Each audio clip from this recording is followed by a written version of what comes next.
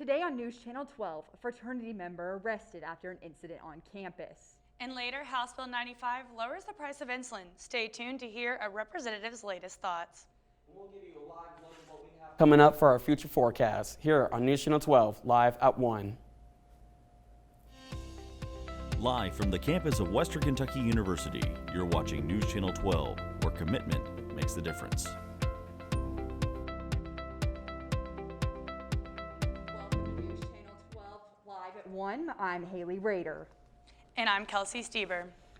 Earlier this week, a WKU student was arrested and accused of sexual assault. News Channel 12 reporter Carly Stone has more on the incident.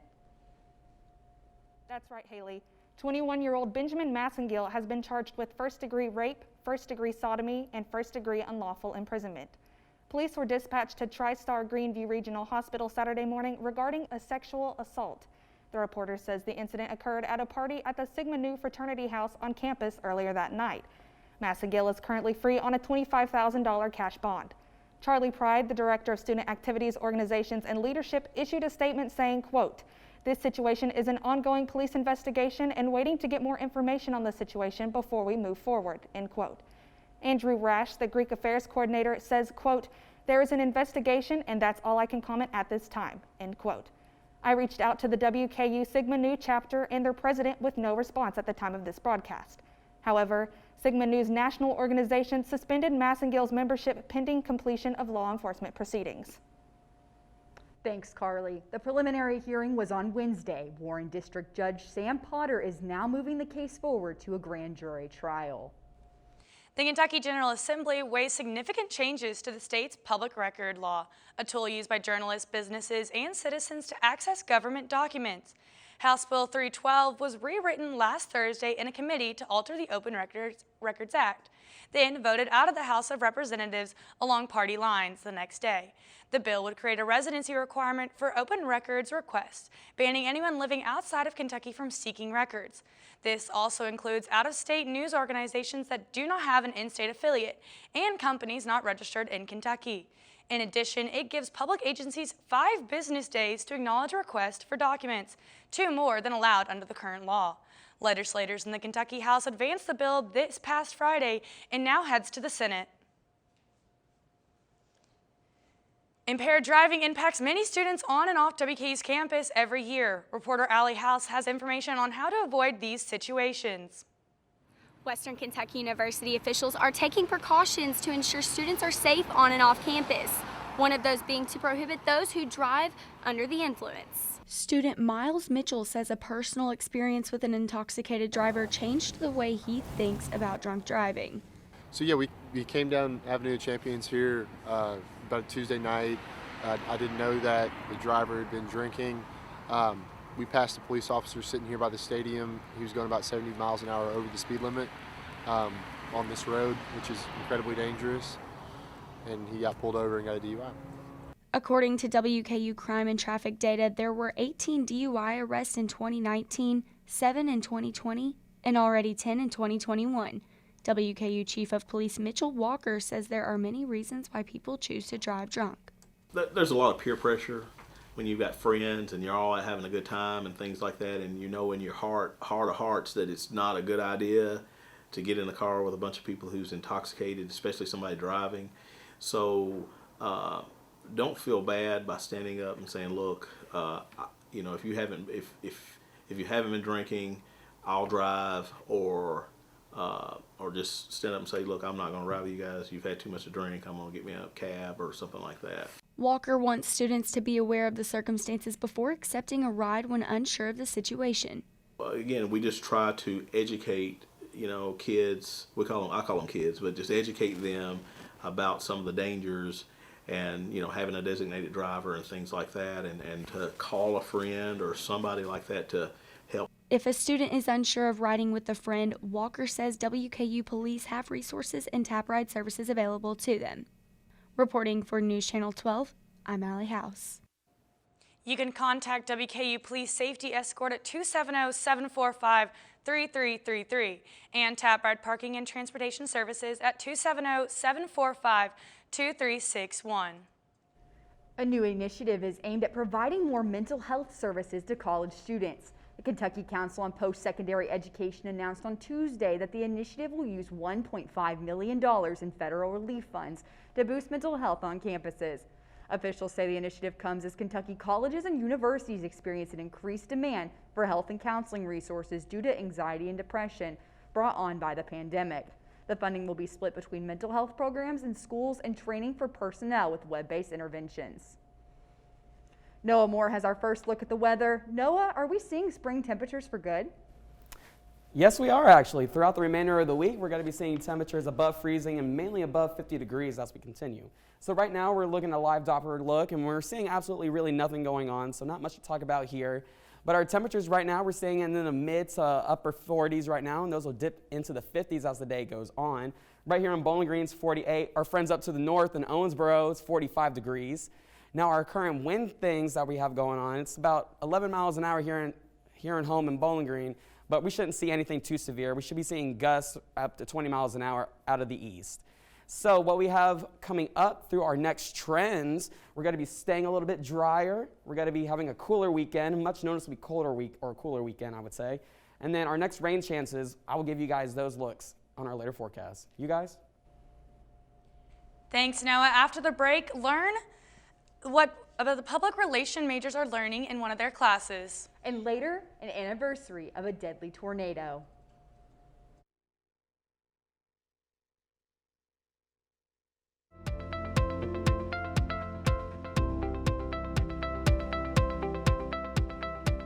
This week, the positivity rate of COVID-19 went down significantly on campus. The WKU COVID-19 dashboard only reports 3 new cases. And with Phase 1C now in action, more students are eligible for the vaccine. Carly Stone spoke to a group of students who are doing their part to encourage others to get vaccinated. It's just a reminder. Even though COVID vaccines are becoming more available, not everyone wants to get them. Through our research, what we discovered that college students may be one of the identified groups, again, depending on some other variables, maybe one of those identified groups that are not necessarily hesitant, but not all that excited. Kenneth Payne, a professor here at WKU, created an assignment where his students make an ad campaign to market the vaccine to other college students. We take those results and compile a campaign. It's like a 30-page document where we not only say what we're going to do, how we're going to do it, when we're going to do it, and then what it looks like and everything like that. So it really does give us some hands-on experience in terms of working with a client, taking their vision and kind of adding your creative liberties, but also staying true to what they want. Their main research is being conducted through a survey that's circulating across campus. Our survey is mainly, obviously biographical information, but then what are your opinions on the vaccine? What are your opinions on the seriousness of the pandemic and the virus? And then it's also, what shapes your opinions. Doing this kind of work during a pandemic isn't always easy. This is an example of sometime when you're working in the industry, when you're thrown something crazy like a pandemic, and you have to work to, kind of stay on your feet. So there have been some setbacks due to COVID, but their research and hard work can potentially be used in the future. Hopefully that will allow them to leave behind a template to actually go out and make a difference in a college community should anybody want to pick that up in the future and run with it. We'll have to see where the numbers fall when we actually get to the college student age and demographic. For News Channel 12, I'm Carly Stone. If you wanted to take the survey and give your opinion on the COVID vaccine, contact the WKU Department of Communication at 270-745-3296. The price of insulin has been rising for the past few years, but new legislation hopes to stop this incline. Reporter Ryan Gooden finds out how this change will affect people with type 1 diabetes. House Bill 95 is something that could change many lives. Kentucky House Representative Patty Minter says this can help many people in the Commonwealth. House Bill 95 is a bill that is a copay cap. It will cap the copay for a 30-day supply of insulin, any insulin, at $35 for a 30-day supply. So it catches about 30% of people who are insulin dependent in Kentucky. About 1 in 4 Kentuckians lives with type 1 or type 2 diabetes, and a large number of them are insulin dependent. So this is going to add about 30% more people to coverage. For Minter, accessing insulin isn't just a problem for Kentuckians, it's a personal problem for her as well. Well, I know firsthand because my son lives with type 1 diabetes. My son Alex is 15 years old now, and I've seen firsthand from the time he was first diagnosed in 2006 until now, the price of insulin has skyrocketed. House Bill 95 can help a lot of people, but specifically college students can benefit greatly. So I usually get about 10 bottles every month, and that lasts me throughout the month and maybe a little over, and it probably costs almost about $1,000. Minter says with the bill passing the House, she has high hopes for the Senate doing the same. After passing it out of the House unanimously, 95-0 last week, we passed it unanimously out of the Senate Banking and Insurance Committee, and it goes to the Senate real soon. For more information on House Bill 95, follow Patty Minter on Facebook at State Representative Patty Minter. For News Channel 12, I'm Ryan Gooden. House Bill 95 passed unanimously on Tuesday out of the Senate Banking and Insurance Committee, with changes to the price cap at $35 per 30-day supply. The bill heads to the Senate floor later on today. Coming up after the break, Noah Moore will have the full forecast. And later in sports, Emmy Fazenbaker will have updates on all things WKU sports.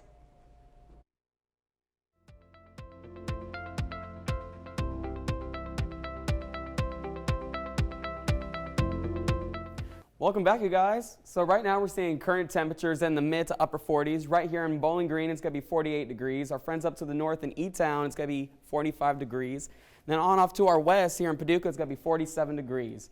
So our wind speeds right now, we're a little calm right now, seeing a few breezes throughout, but it's just nothing but a nice refreshing breeze. So here on Bowling Green, it's going to be 11 miles per hour. And then on up to the north, it's going to be about 9 miles an hour with a few gusts up to 20 miles an hour throughout the day. So our national radar right now, we are looking at pretty clear conditions all throughout the Tennessee, Ohio valleys right now. On up to our south, don't even worry about that unless you are planning plans to go down further down to the south. Because right now here in Louisiana, they're going to be seeing a few possible severe thunderstorms throughout the remainder of the day. But for us here at home, we're going to be seeing mainly sunny skies with a few high cirrus clouds throughout the day. So we're going to zone back in here, back home in Bowling Green under clear conditions right now. No real showers or thunderstorms to really report about. And then our precision cast, we're going to be seeing temperatures into the upper 40s and the lower 50s. And then as we continue on throughout the day into the night, in the very early, late night of Saturday, we're going to be seeing temperatures dip down almost at freezing or below freezing. And then we're going to continue on throughout the day and see everything just rise back up as soon as those temperatures come in throughout the time. So, see right here, 54 degrees. And then again on 55. So our next big thing that we're going to be expecting, not much to talk about throughout the rest of the forecast, honestly. We're going to be seeing nothing really come through, and that's pretty good for us because we need it. We've been raining and storming the past couple days. So today, 50 degrees with partly cloudy skies with winds coming out of the east at 10 to 50 miles an hour with gusts up to 20. So tonight, we're going to be seeing temperatures dip down into past freezing at 29 degrees with partly cloudy skies and almost mainly a beautiful night. So on into tomorrow, we're going to be seeing temperatures at 53 degrees with partly cloudy skies. So if you have anything really fun to do outside, like you can go to Shanty Hollow and you can take a nice little hike out there. It'll be really fun. So our game day forecast here at tip-off, we're going to be seeing temperatures at 43 degrees. And then around halftime, we're going to be seeing temperatures go down a little bit and go to 40. And then again, when we're going home, around 39 degrees. And the sky conditions are all going to be continuing on to just be mostly clear. So our 7-day outlook right here for our weekend, it's going to be pretty mild, I would say, but our nighttime temperatures are going to be a little cold. So just prepare for that. But then Monday is going to be our next really good day. So if you have any plans throughout that time, I would go do that. You guys? Thanks, Noah. The city of Nashville is still recovering from a deadly natural disaster that took place in 2020. News Channel 12 reporter Sierra Bailey spoke with 2 local businesses that have recovered from the tragedy. Just over a year ago on March 2nd, an EF3 tornado destroyed the streets of this East Nashville community. The tornado killed 25 people, injured over 300, and left over 70,000 without power. Edley's Barbecue in East Nashville was one of the many businesses impacted by the deadly storm. Got a call at 3 a.m. that, oh my gosh, tornado came through, came up. Saw shock, to be honest with you. With the pandemic hitting just days later, the city of Nashville is still rebuilding to return to life before the tornado. So, we've never come all the way back, right? Because, right behind it, you had the pandemic and you had, a situation where, a lot of folks are displaced. Not even a block down the street, Gym 5 also experienced a significant amount of destruction. It was just, it was a battle, for 5 months. Did a lot of it myself with friends and things. So when I rolled up and I saw all these little things that I've done, I painted every square inch, I did all these things, and it wasn't as nice then as it is now, but I did it all, and it was freaking destroyed. It was destroyed. That was the hardest thing about it. Adams Gym has been hit by a tornado 3 different times since he opened back in 2006. Both small business owners showed ample amounts of gratitude towards the Nashville community for all the help they contributed. Reporting for News Channel 12, I'm Sierra Bailey. Without the help of volunteers and donations, Gym 5 and Edley's Barbecue were able to make the best out of this deadly tornado. In Nashville, there is still construction going on even after a year of this natural disaster. Emma Fazenbaker joins us with a preview of sports. That's right, Kelsey. A Senate bill gives an opportunity for high school athletes. Coming up.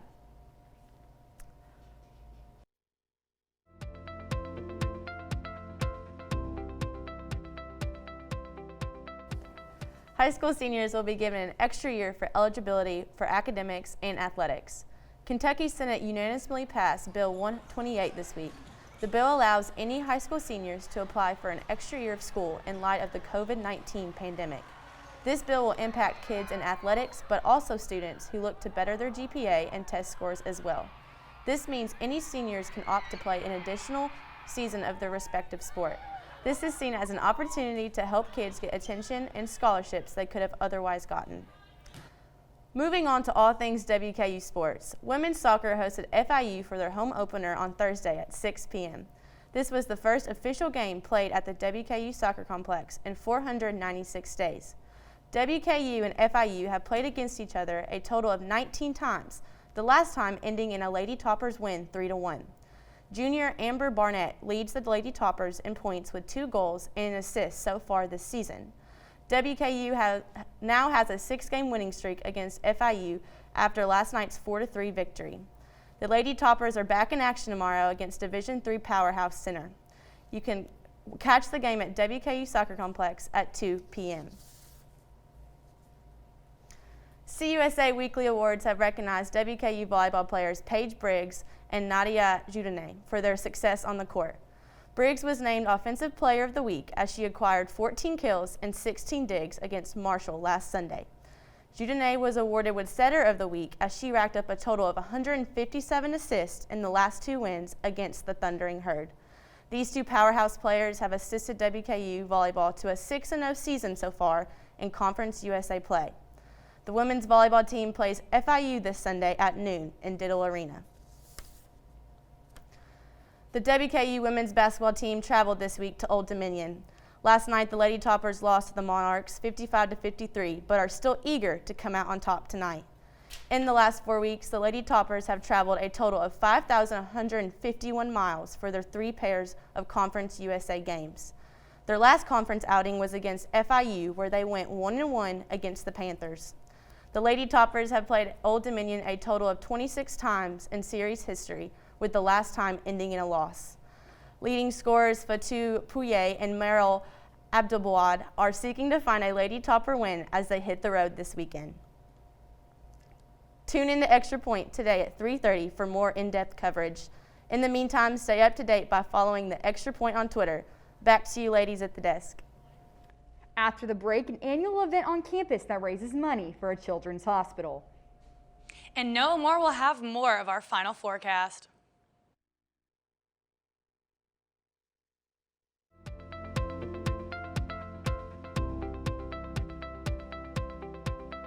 Thank you. Dance Big Red raises awareness and supports Norton's Children's Hospital in Louisville, even during a pandemic. For the second year, the event was held virtually with an at-home scavenger hunts, kitchen dance parties, and so much more. Briley Barks, a Dance Big Red co-chair, explains the impact that this event creates for kids who might not be able to dance. And then not 12 hours later, the next morning, our wonderful liaison, Dana Matukis, sent us a text and was like, guys, we kept getting donations all night, and I just plugged in the numbers, and we've almost raised $50,000. Dance Big Red organizers say that even bad dancing can save lives and hope to have an in-person Dance Big Red in 2022. And now Noah Moore joins us with a final look at our 7-day forecast. All right, you guys, so our final look at our forecast here on a weekend, it's looking pretty good, pretty mild for the start of the weekend and all that. Now on Monday, there's going to be a break in the clouds, and the temperature is going to be 62 degrees, a really nice day. But going on into the rest of the week, on Tuesday, it's going to be 65, and then on up into Wednesday and Thursday, we're going to be seeing temperatures close to 70. And don't forget that umbrella. Back to you guys. You know what, I think it's so great that Dance Big Red they've raised over $49,000 for Norton's Children's Hospital, which is huge despite having to turn it all online. I think it's a great accomplishment. Yeah, absolutely. It's so great that even though, we're in a pandemic right now, WKU is still allowing us those opportunities to make a difference. That is all the time that we have today. Thanks for tuning in to News Channel 12 and making it your source for news. Have a good night.